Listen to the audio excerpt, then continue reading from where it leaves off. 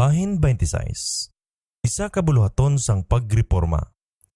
Ang buluhaton sang pagreporma sa inugpahuway nga pagatumanon sa katapusan nga mga adlaw ginhambal nga daan sa tagna ni Isaias. Amo ini ang ginasiling sang Ginoo, bantayin ninyo ang katarungan kag himua ang pagkamatarong, kay ang akon kaluwasan malapit na sa pag-abot, kag ang akon pagkamatarong sa pagpahayag. Bulahan ang tawo nga nagahimo sini, kag ang anak sang tawo nga nagahupot sini sing malig-on, nga nagabantay sang inagpahuway gikan sa pagpasipala sini, kag nga nagabantay sang iya kamot gikan sa paghimo sang bisan ano nga malaot. Ang mga dumuluong man nga nagasimpon sa Ginoo sa pag-alagad sa iya sa paghigugma sa ngalan sang Ginoo, nga mangin iya mga alagad ang tagsa-tagsa nga nagabantay sang inagpahuway gikan sa pagpasipala sini, kag nagahupot sing malig-on sang akon katipan, bisan sila dalhon ko sa akon balaan nga bukid, kag lipayon sila sa akon balay sang pangamuyo. Isaiah 56:1, 2, 6 kag 7. Ini nga mga pulong ginapahanungod sa panahon sang Kristohanon sa ginapakita sa mga pulong. Ang Ginoong Dios nagasiling nga nagatipon sa mga sinubol sang Israel, tipunon ko pa ang iban sa iya luwas sa iya kaugalingon nga mga ginatipon.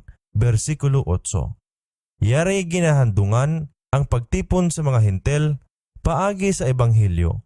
Kag sa sadtong mga nagapasidungog sa inugpahuway, isa ka pagpakamaayo ang ginmitlang. Busa ang katungdanan sa ikaapat nga sugo, nagalampas sa pagkalansang, pagkabanhaw, kag sa pagkayab ni Kristo padulong sa tion nga ang iya mga alagad magapangwali sa tanan nga mga kapungsuran sang mensahe sang mayong balita. Ang Ginoo nagasugo sa amuman nga manalagna. Bugkusa ang pamatuod, pat ini ang kasuguan sang akon mga gintutunan. Isaiah 8, versikulo 16. Ang patin sang kasuguan sang Dios makita si kaapat nga sugo. Ini lang sa napulo ang nagadala sa pananawan sang ngalan kag sang titulo sang taghatag sang kasuguan. Ini nagapahayag sa iya nga amo ang manunuga sang mga langit kag sang duta, kag busa nagapakita sang iya pag-angkon sa pagtahod kag pagsimba labaw sa tanan nga iban. Luwas sini nga sugo, wala sing iban pa sa kasuguan sa pagpakita kung kay sino gahom ang kasuguan ginhatag. Sang ang inugpahuway ginbayluhan sang papanhon nga gahom, ang silyo ginkuha halin sa kasuguan. Ang mga gintuton-an ni Jesus ginatawag sa pag-uli sini pinaagi sa pagbayaw sang inugpahuway sang ikaapat nga sugo, sa iya husto nga tinindugan subong handumanan sang manunuga kag tanda sang iya gahom. Sa kasuguan kag sa pagpamatuod, samtang nagalapta ang nagasupwakay nga mga doktrina kag mga teorya, ang kasuguan sang Dios ang isang nga wala pagsayop nga talaksan sa diin ang tanan nga mga pangunahuna, mga pagtulunan kag mga teorya pagatilawan. Siling sang manalagna, kun hindi sila maghambal suno sining pulong sa pagkamatuod wala sa ila sing pamanagbanag. Versikulo 20. Sa liwan, ang sugo ginahatag, singgit sing mabaskog, dili magpugong, bayawa ang imo tingog subong sang budyong. Ipahayag sa akon katawuhan ang ila paglalis, sa panimalay ni Jacob ang ila mga sala. Hindi ang malaoton nga kalibutan, kundi iyadtong mga ginhingadlan sang Ginoo nga akon mga katawuhan ang pagasawayon sang ila mga paglapas. Nagapahayag siya sing dugang, apang ginapangita nila ako adlaw-adlaw, kag nagakalipay sa pagkilala sang akon mga dalanon, subong sang pungsod nga naghimo sang pagkamatarong, kag wala magbiya sang pagsulundan sang ila Dios. Isaiah 58, versikulo 1 kag 2. Yari ginadala sa pananawan ang isa kasari nga nagahuna-huna sang ilang mga kaugalingon nga mga matarong kag nagpakita nga pagpamatuod sang dako nga interes sa pagpangalagad sa Dios. Apang ang mapiguson kag sulimni nga pagsabdong sang mga nagapangusisa sang mga tagipusoon, nagapamatuod sa ila nga nagatapak sa sining mga Diosnon nga mga tulumanon. Ang manalagna niya nagatudlo sa ordinansya nga ginsikway. Patindugon mo ang mga sadsaran sang mga madamong kaliwatan. Tawgon ka nga manugkaayo sang buho. Ang manugpahauli sa mga banas nga puy-an. Kung nilakaw mo ang imo tiil sa inog pahuway, gikan sa paghimo sang nahamutan mo sa akon balaan nga adlaw, kag tawgon nga kalipay ang inog pahuway, kag dungganon ang balaan nga adlaw sang Ginoo, kung tahuron ini nga wala nagahimo sang imo kaugalingon nga mga paagi o kung nagapangita sang imo kaugalingon nga kalipayan o kung nagapamulong sang mga kaugalingon nga mga pulong, niyan magakalipay ka sa Ginoo. Mga bersikulo 12 tubtob 14. Ini nga tagna mapanungod man sa aton panahon. Ang buho pagakayuhon kag ang sadsaran sang madamo nga mga kaliwatan pagapataason. Ginbalaan sang pagpahuway kag pagpakamaayo sang manunuga ang inagpahuway ginbantayan ni Adam sa iya nga pagkawalay sala sa balaan nga Eden. Pinaagi sa kay Adam, nahulog apang naghinulsol sang gintabog siya pagwa sa iya mga malipayon nga kahimtang. Ginbantayan sang tanan nga mga patriarka halin sa kay Abel pakadto sa matarong nga Noe, pakadto sa kay Abraham kag Jacob. Sang ang pinili nga mga katawuhan ginulipon sa Ehipto, madamo sa tunga sang nagapadayon nga panimbahon sa Dios na wad-an sang ihibalo sa kasuguan sang Dios. Apang sang ang Ginoo nagluwas sang Israel, ginpahibalo niya ang iya kasuguan sing may kahalawhaw nga kadungganon sa natipon nga kadam-an nga mahibaluan nila ang iya kabubuton kag nagkahadlok kag magtuman sa iya tubtob sa walay katapusan. Halin sadtong adlaw tubtob karon ang ihibalos sang kasuguan sang Dios na tipigan sa duta kag ang inugpahuway sang ikaapat nga sugo na bantayan. Bisan nga ang tawo sang sala nagmandilagon sa pagtasak sang balaan nga adlaw sang Dios, apang bisan sa panag-on sang iya pagpangibabaw sa tanan mayara na tago sa likom nga mga duog, mga matutom nga mga kalag nga nagapasidungog sa sini. Halin sa reformasyon, mayara gid nga pila sa tagsa kakaliwatan nga nagsakdag sa pagbantay sini. Bisan sa masunson, yara sa tunga sang pagsabdong kag mga paghingabot, ang wala untat nga pagpamatuod nadala sa pagpadayon sang kasuguan sang Dios kag ang balaan nga katungdanan sang inagpahuway sang pagpanuga. Ini nga mga kamatuoran nga ginpakilala sa bugna 14 sa kaangtanan sang walay katapusan nga balita, magakilala sang Iglesia ni Kristo sa tion sang iya pagpahayag. Kay bilang bunga sang 3 kapilo nga mensahe ginapahibalo. Yari sila nga nagabantay sang kasuguan sang Dios kag sang pagtuo ni Jesus. Kag ini nga mensahe amo ang katapusan nga pagaihatag sa indi pa magkari ang Ginoo. Sa gilayon nga ini mabantala ang anak sang tao nakita sang manalagna nga nagakari sa iya himaya sa pag-ani sang alanyon sa duta. Yadtong nakabaton sang kapawa na hanungod sang sanktuaryo kag ang indi maliwan nga kasuguan sang Dios na puno sang kasadya kag katingala sang ila nakita ang katahom kag harmoniya sang mga paagi sang kamatuoran nga nagbukas sang ila panghunahuna. Naghandom sila nga ang kapawa nga nagpakita sa ila nga sa pagkahamili mabahin sa tanan nga mga Kristohanon. Kag indi sila kundi makapati nga sing masinadyahon ini mabaton. Apang ang mga kamatuoran nga magbutang sa ila sa walay kalainan sa kalibutan wala ginabi-abi sa kadamuan nga nag-angkon sa mga sumulunod ni Kristo. Ang pagkamatinumanon sa ikaapat nga sugo nagkinahanglan sa pag-antos halin sa kadamuan nga nagbiya. Samtang ang mga pag-angkon sa inugpahuway ginpakilala, madamo ang nagrason halin sa kalibutanon nga tinindugan. Siling nila, nagbantay kami permis ang Domingo. Ang amon mga katigulangan nagbantay sini. Kag madamo sing maayo kag matutom nga mga tawo ang nagkalamatay nga malipayon sa pagbantay sini. Kung sila husto, amo man kami. Ang pagbantay sining bag-ong nga nagpahuway, magahaboy sa aton guwa sa paghiusa upod sa kalibutan kag manginwala kita sing impluwensya sa ila. Ano ang malauman sang jutay nga grupo nga nagabantay sang ikapito nga adlaw sa pagtuman batok sa tanan nga kalibutan nga nagabantay sang Domingo? Sa amuman nga kaanggid nga mga paglalis ang ginbuhat sa mga Hudyo sa pagkamatarong sang ila pagsikway kay Kristo. Ang ila mga ginikanan ginbaton sang Dios sa pagpakilala sa mga halad nga sinunog kag nga indi ang mga kaanakan makakita sing kaluwasan sa pagpadayon sang amo gihapon nga paagi. Busa sa tion ni Luther, ang mga papanhon nagrason nga ang matuod nga mga Kristohanon nagkalamatay sa Katoliko nga pagtuo kag busa yadto nga reliyon bastante para sa kaluwasan. Ini nga mga rason magapamatuod sang maayo nga pagpamalabag sa tanan nga pagpaabanse sa relihiyoso nga pagtuo ukon pamaagi. Madamo ang nagaduso nga ang pagbantay sang Domingo nangin isa ka natukod nga pagtulunan kag isa ka malapnagon nga kinabatasan sa iglesia sa sulod sang madamo nga mga siglo. Batok sa sining mga pagbais, napakita nga ang inugpahuway kag ang pagbantay sini labaw pa kadumaan kag kamalapnagon bisan subong kadaan sang kalibutan mismo. Kag nagaangkon sang pahanugot sang mga manugtunda kag sang Dios. Sang ang sadsaran sang kalibutan ginpahamtang, sang ang mga kabituunan sang kaagahon nagtingob sa pagkanta, kag ang tanan nga mga kaanakan sang Dios nagsinggit sa kalipay, niyan ginpahamtang ang sadsaran sang inugpahuway. Job 38 versikulo 6 kag 7, Genesis kapitulo 2 versikulo 1 kag 3. Maayo gid nga ining halanasan magatawag sang aton pagtahod. Gintangduan ini sang indi dutan-on nga kagamhanan kag wala nagasandig sa mga tradisyon sang tao.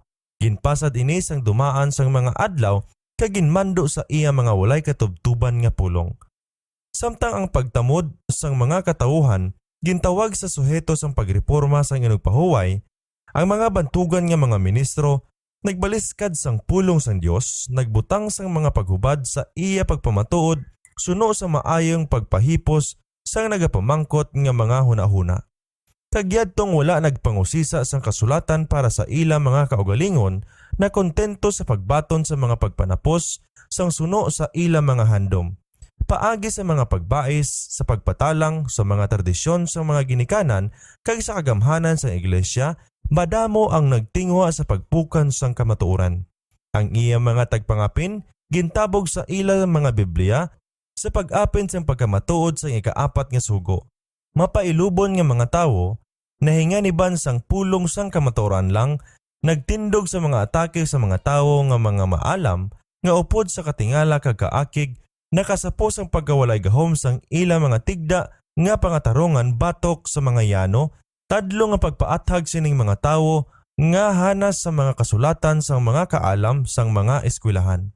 Kung wala ang pagpamatuod sang Biblia sa ila pabor, madamo sing may wala kakapoy nga pagpadayon, nagduso nagkalipat kung paano ang amugid nga pangatarungan gingamit batok sa kay Kristo kag sa iya mga gintutunan. Nga hindi makahangop ang aton mga dalagko nga mga tawo sining pamangkot sa inong pahuway. Apang jutay lang ang nagatuo, subong sang imo pagtuo. Hindi mahimo nga ikaw tama kag ang tanan nga mga tawo nga maalam sa kalibutan sala. Agod mabali ini nga pagbais, kinahanglan lang nga isugid ang mga pagpanudlo sa mga kasulatan kag ang kasaysayan sa mga pagpakig-upod sa Ginoo sa iya mga katawuhan sa tanan nga mga katuigan. Ang Dios nagpangabudlay paagi sadtong nagapamati kag nagatuman sang iya tingog, yadtong magahambal kung kinahanglanon sang mga indi makagalana nga mga kamatuoran, yadtong mga wala na hadlok sa pagsabdong sang dalagko nga mga kasaypanan. Ang rason nga asing masunson, wala siya nagagamit sa mga maalamon nga mga tawo, kag may mataas nga mga palangakuan sa pagpangulo sa mga giho sa pagbag-o, amo nga ini sila nagasalig sa ilang mga palatukuran, mga teorya, kag mga sistema teolohiya, kag nagabatyag nga wala nagakinahanglan nga tudloan pa sang Dios. Yadto lamang ang may personal nga kaangtanan sa sinugdan sang kaalam ang makasarang sa paghangop ukon makasaysay sang kasulatan. Ang mga tawo nga may jutay lang nga tinun-an sa mga eskwelahan, sa masami ginatawag sa pagpahayag sang kamatuoran, hindi bangod nga sila walay tinun-an, kundi bangod hindi sila tama kamayayahon kag mahapos matudloan sang Dios. Nagatuon sila sa eskwelahan ni Kristo, kag ang ila pagkamapinaubuson kag pagkamatinumanon, nagahimo sa ila nga dako.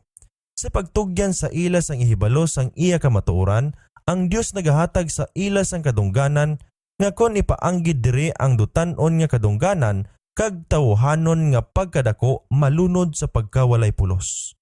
Ang kalabanan sa mga Adventista nagsikway sang mga kamatuoran na nungod sang sanktuaryo kag sang kasuguan sang Dios, kag madamo man ang nagpanghiwala sang ila pagtuo sa hublag sang ikaduha nga pagkari, kag nagbaton sang di mabakod kag maduha-duhaon nga mga panghuna-huna sa mga tagna nga nahanungod sina nga bulaton. Ang iba natuytuyan sa sayop nga pagliwat-liwat nga paghatag sang husto nga tion sang pagkari ni Kristo. Ang kapawa nga sa karon nagabanaag sa suheto sang sanktuaryo kinahanglan nakapakita na sa ila nga wala sa mga panagnaon nga panahon nga nagalambot sa ikaduha nga pagkari. Nga ang husto nga tion sini nga pagkari wala matagna. Apang sa pagliso palayo sa kapawa, nagapadayon sila sa pagbutang sang tion halin sa isa ka tion nga ang Ginoo magaabot kag sa masonso nagabaton sang kapaslawan.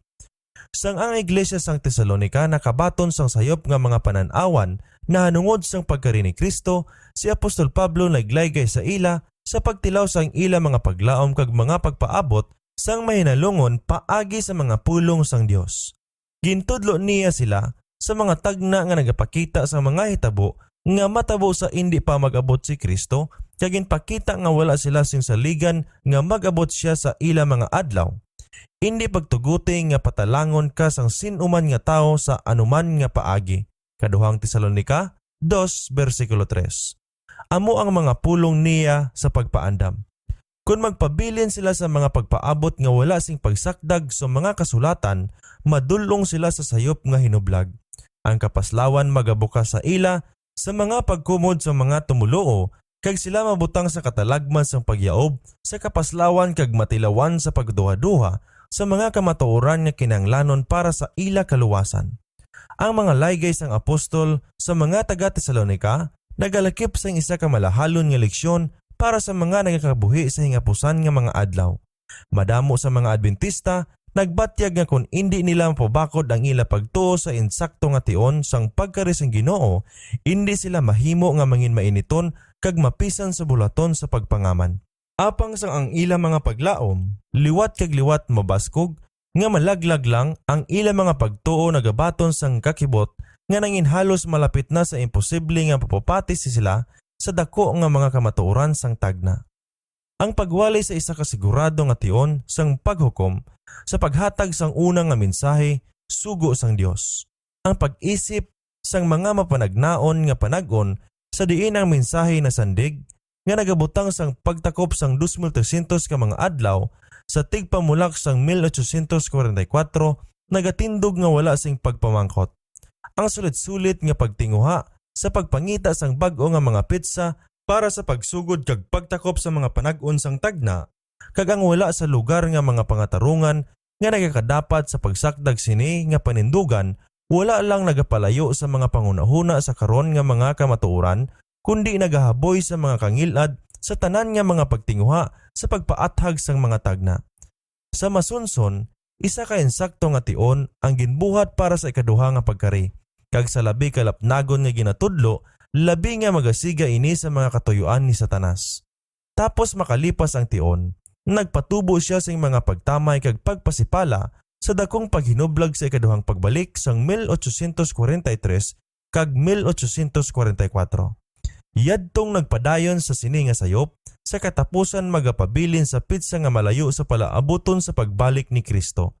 Busa madulong sila sa pagpahuway sa sayop nga kasiguruhan kag madamo ang mapatalang tubtob nga ulihi na ang tanan.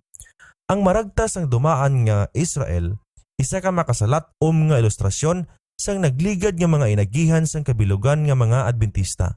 Ang Dios nagtuytoy sang iya mga katawuhan sa ikaduha nga pagbalik nga hinublag. Kaangay sang iya pagtuytoy sang kaanakan sang Israel halin sa Ehipto. Sa dakong kapaslawan, ang ila pagtuo gintilawan subong sadtong mga Hebreo sa mapulang dagat. Kung nagsalig lang gihapon sila sa nagagiya nga kamot nga kaupod nila sa ila nga nagligad nga eksperyensya, nakakita na kuntani sila sang kaluwasan sang Dios. Kung ang tanan nagpangabudlay sing may paghiusa sa buluhaton sang 1844, nakabaton sang ikatatlo nga mensahe sang manugtunda kag nagbantala sini sa gahom sang balaan nga espiritu, ang Ginoo nagdala kuntani sing katingalahan sa ila mga pagpaninguha. Ang baha sang kapawa nagsige kuntani sa kalibutan, malawig na nga mga tinuig ang nagligad nga ang mga pumuluyo sang duta napaandaman kuntani ang hingapusan nga buluhaton na himpit kag si Kristo nagkari na kuntani para sa pagtubos sang iya katawuhan. Hindi kabubuton sang Dios nga ang Israel maglibot-libot sing 40 ka mga tuig sa kahayanakan, naghandom siya sa pagdala sa ila diretso sa duta sang Kanaan kag itukod sila didto bilang isa kabalaan malipayon nga katawuhan. Apang wala sila makasulod bangod sang pagkadi matinuohon. Hebreo 3, versikulo 19. Bangod sang ila pagpanumbalik sa sala kag pagkamaluibon, nawala sila sa kahayanakan, kag ang iban ginbangon sa pagsulod sa duta sang saad. Sa amuman nga paagi, hindi kabubuton sang Dios nga ang pagkari ni Kristo magalawig. Ang paglangan kag ang iya mga katawuhan magpabilin si malawig sa mga tuig sini nga kalibutan sang sala kag kasub-anan. Apang ang pagkadi matinuohon nagbulag sa ila halin sa Dios. Samtang nagabalibad sila sa paghimo sang buluhaton nga iya gintugyan sa ila, ang iban ginpatubo sa pagbantala sang mensahe. Sa kaluoy sa kalibutan, ginpalangan ni Jesus ang iya pagkari, agod ang mga makasasala may kagayunan sa pagpamati sang paandam kag makakita sa iya sing palanaguan sa indi pa ang kaakig sang Dios pagaibubo. Karon, subong sang mga nauna nga mga katuigan, ang pagpakilala sang isa ka kamatuoran nga nagasabdong sang sala, kag mga kasaypanan sa mga panag-on, magapadabdab sa mga pagpamatok. Ang tagsa-tagsa nga nagabuhat sing malaot, nagadumot sang kapawa, kag wala nagapalapit sa kapawa, base ko ng iya mga buhat magdayag. Juan 3, versikulo 20. Sang makita sang mga tao nga hindi sila makapadayon sa ila panindugan, sandig sa kasulatan, madamo ang namatod sa pagsakdag sini bisan ano pa ang matabo, kag sing may malisyoso nga espiritu, ginpakamalain nila ang mga kinaiya kag mga motibo sang mga nagapangapin sinang di bantog nga kamatuoran. Amuman inigihapon ang polisiya nga ginasunod sa tanan nga mga katuigan. Si Elias gintawag nga manugpagamo sang Israel, si Jeremias traidor, si Pablo isa ka manughigko sang templo. Halin sadto nga adlaw tubtub diri, yadtong magmaminatud-on sa kamatuoran, ginpasibangdan nga mga rebelde, balingag kag mabinahin-bahinon. Ang kadam-an nga tama kadi matinuohon sa pagbaton sang matuod nga pulong sang tagna, magabaton nga wala na sing pamangkot sang mga panumbongon batok sa sadtong mangaha sa pagsabdong sa mga nabatasan nga mga sala. Ini nga espiritu magatubo kag magatubo pagid.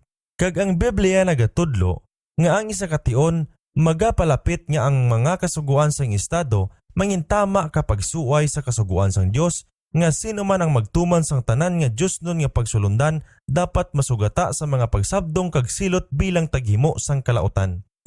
Tungod sini, ano ang katungdanan sang managbalita sang kamatuoran? Masaysay bala niya nga ang kamatuoran hindi pa dapat ipakilala kaysa masunso nagapukaw lang ini sa mga tao sa paglikaw ukon sa pagpamatok sang iya ginaangkon? Hindi, wala na siya sing rason sa pagpanghawid sang pagpamatuod sang pulong sang Ginoo tungod kay ini nagapapukaw sa mga nagapamalabag sang sanauna nga mga reformador.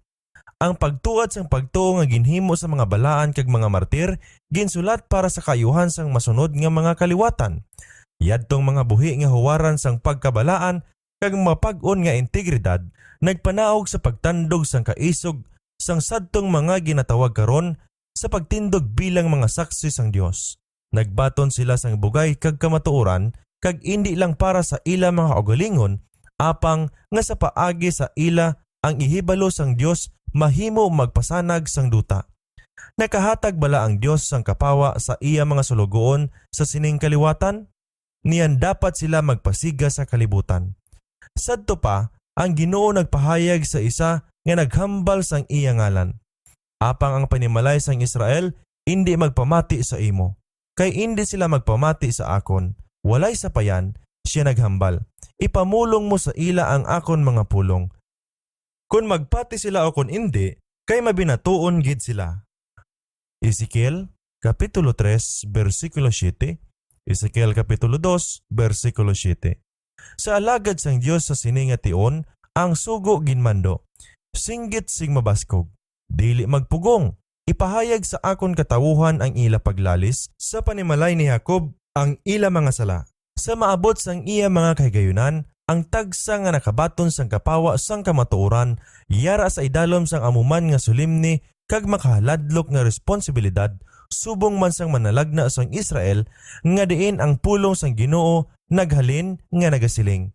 Gani ikaw, anak sang tawo, Ginbutang ko ikaw nga managbantay sa panimalay sang Israel. Busa pa mati ang pulong sang akon baba, kag hatagi sila sang paandam gikan sa akon.